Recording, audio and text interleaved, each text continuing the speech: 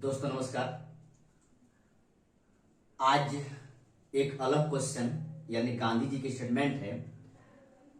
Question ये है कि क्या नैतिक नियम, अंतरात्मा के नियम, राज्य के अधिनियम जो अत्याचारी है से ऊंचा है। गांधी जी ने ये 1922 में कहे थे।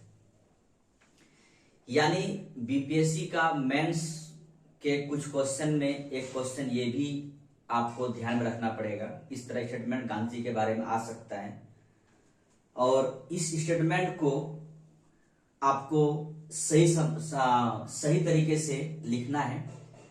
गांधी जी, महात्मा गांधी जी को का किसी बात को आप अवहेलना नहीं कर सकते हैं, खासकर भारतीय इतिहास में, वो भी आधुनिक इतिहास में। तो उस प्रकार इस क्वेश्चन का भी गांधी जी की स्टेटमेंट है कि क्या नैतिक नियम, अंतरात्मा के नियम, राज्य के नियम से, यानी राज्य के नियम जो अत्याचारी है से ऊंचा है। राज्य का नियम, जो राज्य का अधिनियम जो है, यानी जो राज्य चल रही है, राज्य को जिस नियम से चलाया जा रहा है, जो एक अत्याचारी, किस नजर में? महात्मा गांधी की नजर में। क्या ये नियम अपनी नैतिक नियम या अंतरात्मा के नियम से ऊंचा है? जस्टिफाई कीजिए इस पर।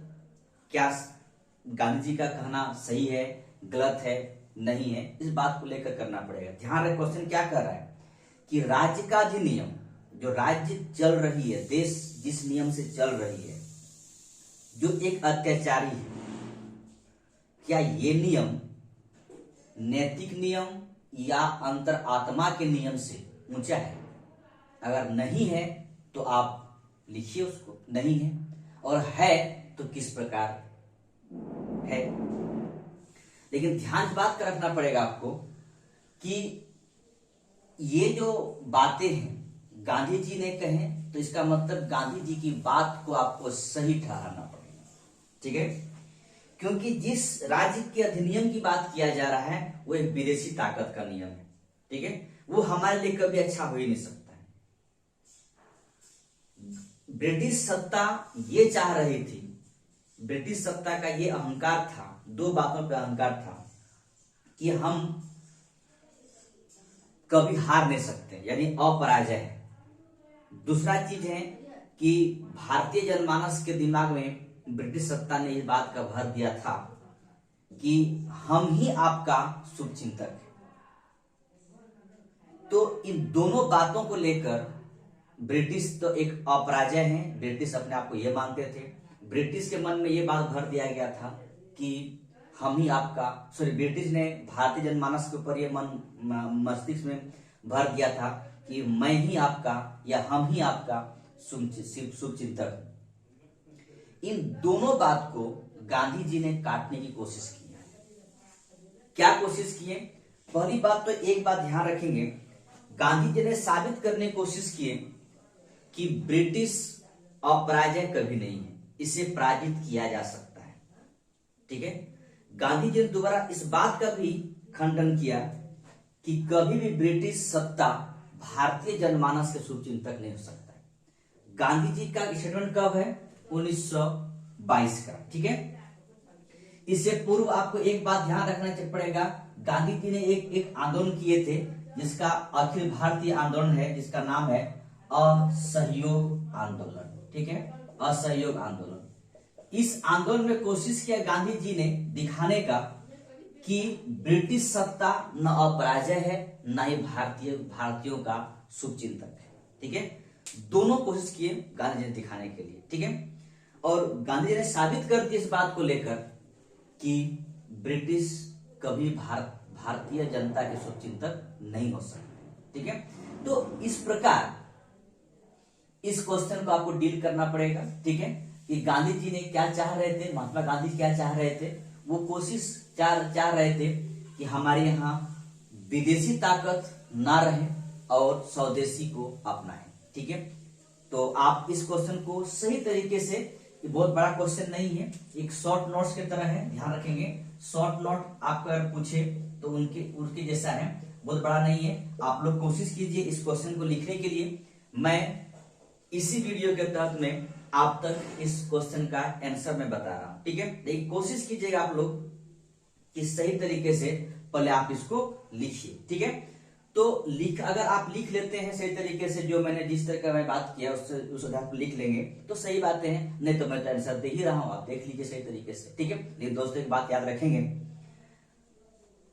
आप लोग अधिक से अधिक शेयर करेंगे, कमेंट भी करेंगे, और जो सब्सक्राइब नहीं किए हैं सब्सक्राइब भी कर लेंगे। तो चलिए दोस्तों हम लोग इस क्वेश्चन को डील करते देखते हैं कि क्या नैतिक नियम, अंतरात्मा के नियम, राज्य के अधिनियम जो अत्याचारी है से ऊंचा है। इस स्टेटमेंट को हम लोग देखते हैं कैसे डील करते हैं, यानी किस तरह इसका आंसर लिखा जाएगा, ठीक है। चलिए हम लोग देखते हैं आंसर की तरफ। तो क्वेश्चन तो आपको पता ही है, क्या नैतिक नियम, अंतरात्मा के नियम, राज्य के अधिनियम जो अत्याचारी है से ऊंचा है, ठीक है।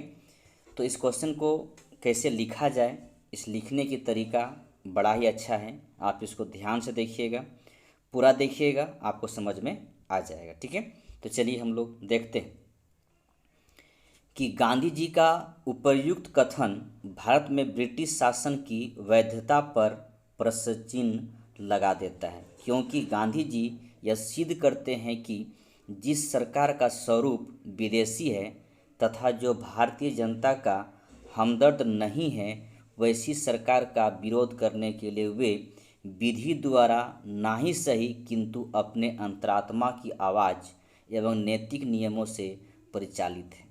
दोस्तों इस बात का ध्यान रखें, गांधी जी का ये कहना है कि जो राज्य का नियम है, इस नियम के द्वारा तो हम विरोध नहीं कर सकते, क्योंकि नियम जो सत्ता चला रही है उसने बनाया है, तो उस नियम का विरोध तो मैं कहीं नहीं सकता, उस नियम के द्वारा विरोध नहीं हो सकती है। लेकिन अपनी अंतर आत्मा की आवाज़ या नैतिक के नियम से हम विरोध तो कर ही सकते हैं, क्योंकि जो मेरे पास सत्ता है वो विदेशी ताकत है, और विदेशी ताकत कभी भी भारतीय जनता का हमदर्द नहीं हो सकता है। ये गांधी जी ने साबित करने की कोशिश की है, ठीक है। और आपको पता भी है कि कभी भी पराये जो होते हैं, जैसे कहने में विदेशी ताकत हैं, वो हमारी कभी भी हमदर्द नहीं हो सकते हैं। तो जो विधि द्वारा स्थापित नियम था भारत में जो चल रहा था, जो ब्रिटिश शासन द्वारा बनाया गया था, तो उस नियम द्वारा विरोध करना मुश्किल था। तो गांधी जी ने कोशिश किए कि अंतरात्मा की आवाज़ और नैतिक नियम से विरोध किया जा ही सकता है, ठीक है।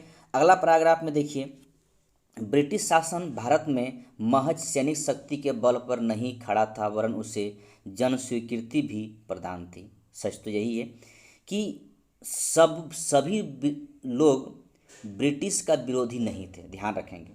कुछ जन समर्थन भी था ब्रिटिश का, तो कुछ लोग विरोध भी कर रहा था।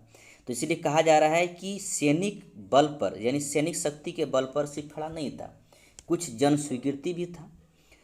उसने भारतीयों के मन में दो बातें बदमूल कर दी थी, यानी कहने का मतलब है कि भारतीय जनता के मन में, मस्तिष्क में दो बातें इस प्रकार घुसा दिया गया था कि मैं ही, देखिए दूसरा क्या कहता है कि प्रथम बात में ये था कि ब्रिटिश शासन भारत में अपराजय है, यानी कभी ब्रिटिश सत्ता भारत में पराजय नहीं हो सकता है, ठीक है। अगर आपके दिमाग में घुस जाएगा कि ये शक्ति कोई पराजय नहीं होगा तो कभी भी उसका विरोध नहीं करेंगे, ठीक है।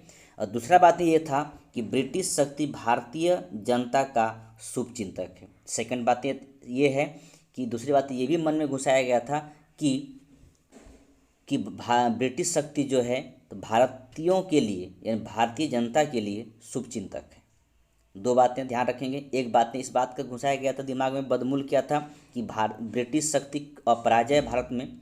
दूसरा बात था कि ब्रिटिश शक्ति जो है, ब्रिटिश शासन जो है वो भारतीय जनता का शुभ चिंतक है, ठीक है। आगे देखिए, भारतीय जनता के शुभ चिंतक के रूप में ब्रिटिश शासन ने भारत में वैधता प्राप्त करने का प्रयास किया था, यानी ब्रिटिश शक्ति इस प्रकार अपने आप को साबित करने की कोशिश किया कि मैं ही आपका शुभ चिंतक हूँ, मैं ही हूँ जो आपका भलाई कर सकता हूँ, मैं ही हूँ आपका उबार सकता हूँ, ठीक है। ये प्रयास किया था, किंतु गांधी जी ब्रिटिश शासन के विरुद्ध वर्चस्व की लड़ाई लड़ रहे थे। यानी गांधी जी, महात्मा गांधी जी चाह रहे थे कि जो आपने दिमाग में, मन में, मस्तिष्क में घुसाए भारतीय जनता के मन में, उसको कैसे निकाला जाए, यानी उसके वर्चस्व लड़ाई लड़ रहे थे। अतः पहले एक जन आंदोलन का नेतृत्व कर उन्हें ब्रिटिश शासन को हिला दिया। यानी किसकी बात किया जा रहा है? असहयोग आंदोलन की बात किया जा रहा है। एक जन आंदोलन किया गया 1920-22 के बीच में। इस जन आंदोलन में ब्रिटिश शासन को हिला ही दिया था। फिर उन्होंने ब्रिटिश शासन को अत्याचारी करार देकर भारत में उसके अस्तित्व पर ही प्रश्न चिन्ह लगा दिया। ठीक है। इसके बाद खासकर गांधी जी ने ब्रिटिश शक्ति को अत्याचारी बना दिया गया। यानी एक तरह का ये भी माइंड सेट तैयार किए भारतीय जनता के मन पर कि ब्रिटिश शक्ति अत्याचारी है। ठीक है। क्योंकि आपको पता है नमक सत्याग्रह में गांधी जी ने कोशिश किए कि चलो मैं नमक बनाता हूँ, देखिए ब्रिटिश शक्ति आपके कितना हिमायती है। जो नमक बाहर फेंका हुआ रहता है, आज भी फेंका हुआ रहता है, कोई लेके नहीं जाता है, कहता है नमक चुराता कोई नहीं है। उस नमक को बनाने में भारतीय जनता को कितनी लाठी पड़ी है, कितनी चोटें आए हैं, सब आपको पता है। ठीक है। तो महात्मा गांधी जी ने ये कोशिश की दिखाने के लिए जिसे आप शुभचिंतक मानते हैं वो आपके शुभचिंतक कभी हो ही नहीं सकता है। ठीक है। और जहाँ तक अपराजय की बात है, जिसे पराजित किया जा सकता है, दिखा दिया नॉन कोऑपरेशन मूवमेंट में गांधी जी द्वारा। ठीक है। करार देकर भारत में उसका अस्तित्व पर प्रश्न लगा दिया। इस रूप में गांधीवाद भारत में ब्रिटिश शासन के लिए हजारों तोपों के तुलना में भी एक बड़ा खतरा था, जिसका जवाब उसके पास नहीं था। यानी ब्रिटिश सत्ता के पास गांधीवाद का जवाब किसी प्रकार से नहीं था। ठीक है। किसी प्रकार से नहीं था। यानी पूर्ण रूप से गांधी जी यहाँ पर सफल होने वाले हैं, याद रखिएगा। ठीक है। चलिए इस क्वेश्चन को आप लोग सही से देखिएगा और लिखने की कोशिश कीजिएगा, आपके लिए बहुत बहुत उपयोगी है। बहुत बहुत धन्यवाद। Thank you. जय हिंद, जय भारत।